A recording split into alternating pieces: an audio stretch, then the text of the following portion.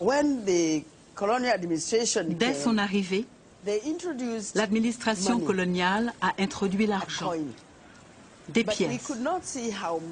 Mais on ne comprenait pas comment ces petits bouts de métal pouvaient avoir une quelconque valeur. Rien à voir avec un mouton bien vivant et sur ses quatre pattes. Une chèvre était pour nous bien plus précieuse qu'un morceau de métal.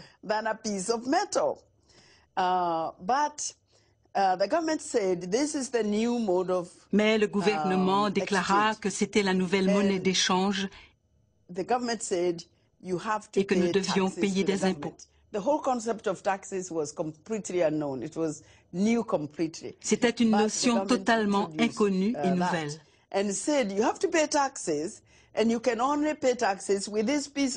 Mais le gouvernement a été bien clair. Nous devions payer des impôts et nous ne pouvions le faire qu'avec ces pièces de métal. Ils n'accepteraient ni chèvres ni moutons. Évidemment, les seuls qui possédaient ces pièces de métal étaient les colons. Et pour en obtenir, nous devions travailler pour eux. C'est ainsi que ce nouveau concept du travail payé en argent a été introduit dans notre société.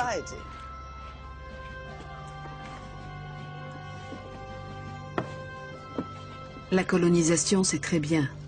Mais il ne faut pas que cela pèse trop lourdement sur les budgets des puissances colonisatrices.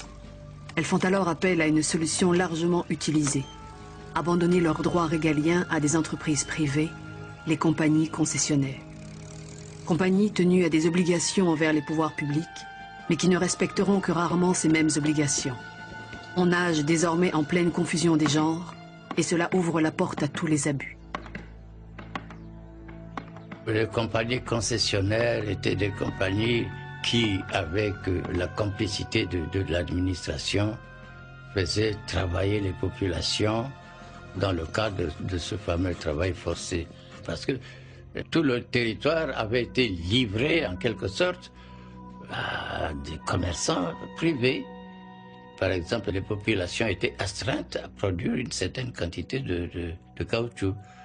Et ça, c'est un peu contraire, évidemment, à la méthode de travail traditionnelle.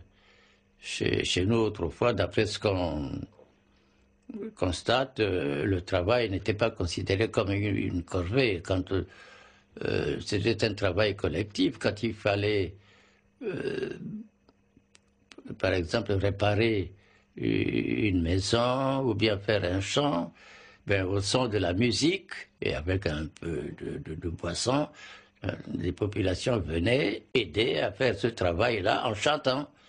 Et je vous assure que on n'avait pas besoin de chicotte. Hein.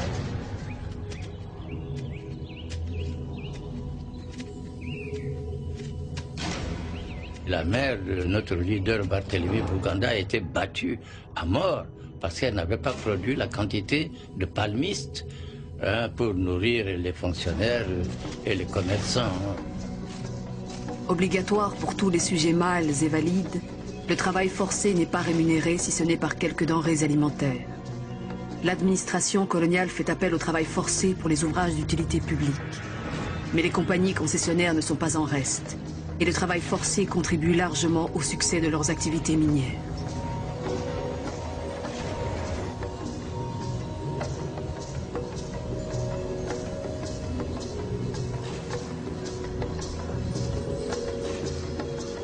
C'est en Afrique du Sud que se trouve l'exemple le plus spectaculaire de ces compagnies.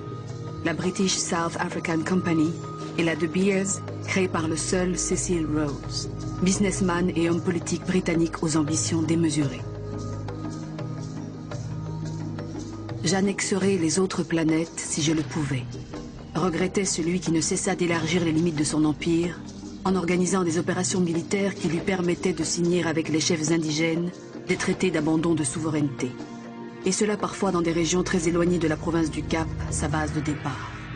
À la conquête de terres qu'il exploita et qui furent baptisées à sa grande satisfaction narcissique Rhodésie du Sud et Rhodésie du Nord. Cecil Rhodes came to exploit the resources Cecil Rhodes est venu pour exploiter les ressources de la Rhodésie du Sud et de la Rhodésie du Nord.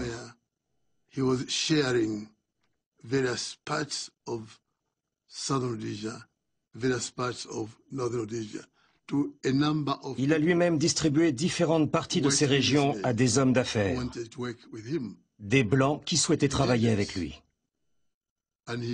Il leur a tout simplement vendu ces territoires comme s'ils lui appartenaient. Et il s'est fait payer en échange. Voilà ce qu'il a fait.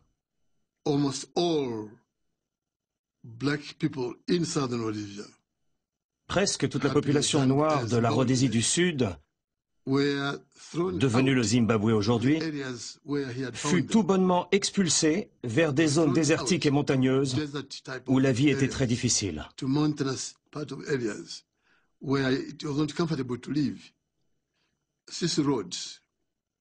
Cecil Rhodes est à l'origine du processus de destruction du Zimbabwe. Cela ne fait aucun doute. Le roi des Belges avait légué par testament à la Belgique sa propriété privée du Congo, un jardin de 2 345 000 km², aussi vaste que l'Europe occidentale. Mais le Parlement n'attend pas le décès de son souverain pour voter l'annexion du vorace et fort endetté Congo léopoldien. Par ailleurs, l'opinion publique nationale et internationale se scandalise des méthodes utilisées au Congo par certaines compagnies concessionnaires. Il s'agit pour ces compagnies, et toujours au nom du roi, de tirer le plus grand profit des ressources locales. Et c'est donc là que le système du travail forcé atteint son paroxysme. C'est là que la main-d'œuvre disponible est systématiquement utilisée et très cruellement châtiée quand ses rendements, dans la récolte du caoutchouc ou dans la fourniture d'ivoire, sont jugés insuffisants.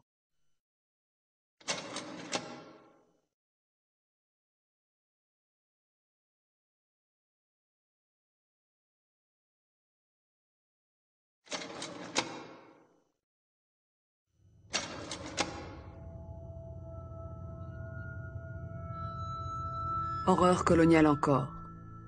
Comment qualifier autrement les actes auxquels se livre l'Allemagne de Guillaume II dans sa colonie du sud-ouest africain, l'actuelle Namibie? Ordre d'extermination. Les héréros ne sont plus sujets allemands. Ils doivent tous quitter leurs terres. Tout héréro aperçu à l'intérieur des terres allemandes, avec ou sans armes, sera exécuté.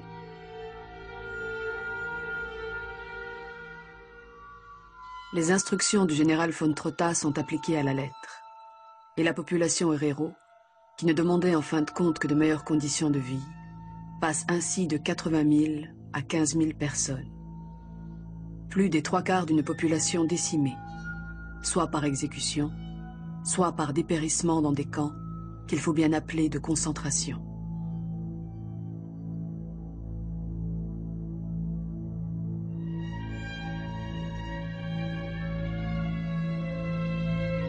En 2004, le gouvernement allemand a reconnu qu'il fallait qualifier de génocide ce massacre si longtemps ignoré.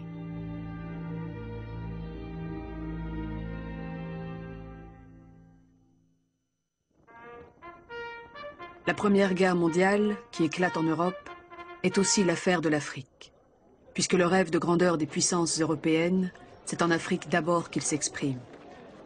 Une réalité se fait jour trop rarement mise en évidence. En 1914, les colonies africaines représentent la plus grande longueur de frontières communes aux belligérants européens. Cela explique en partie que l'Afrique sera doublement impliquée dans ce conflit mondial, à la fois comme terre de combat et comme réservoir de combattants. En France, très préoccupé par la crise démographique de son pays, le colonel Mangin avait publié en 1910 un ouvrage à succès, La Force Noire. Les troupes noires, y écrivait-il, ont les qualités que réclame la guerre moderne. Rusticité, endurance, instinct du combat, absence de nervosité. Leur arrivée sur le champ de bataille produira sur l'adversaire un effet considérable. Et même si le gouvernement ne retient pas l'essentiel des propositions de Mangin, la France va tout de même se distinguer. Alors que les troupes coloniales des autres puissances belligérantes restent confinées sur le continent, la France mobilise les siennes sur le front européen. Au départ, c'était volontaire. Ceux qui avaient la volonté de continuer le combat du côté français levaient le doigt et on les prenait d'office. Deuxièmement, si l'effectif n'atteint pas ce qu'on veut, ce que souhaite la France, on exige et on impose un quota à telle famille ou à telle autre famille parce que le roi connaît là où il y a des hommes valides.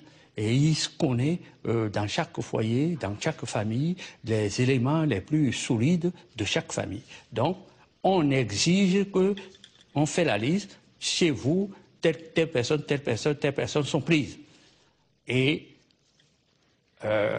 si les personnes ne veulent pas y aller, les personnes disparaissent dans la nature, c'est-à-dire elles fuient. Et de fil en aiguille, on recueille un nombre plus élevé afin de continuer la participation militaire sur le terrain.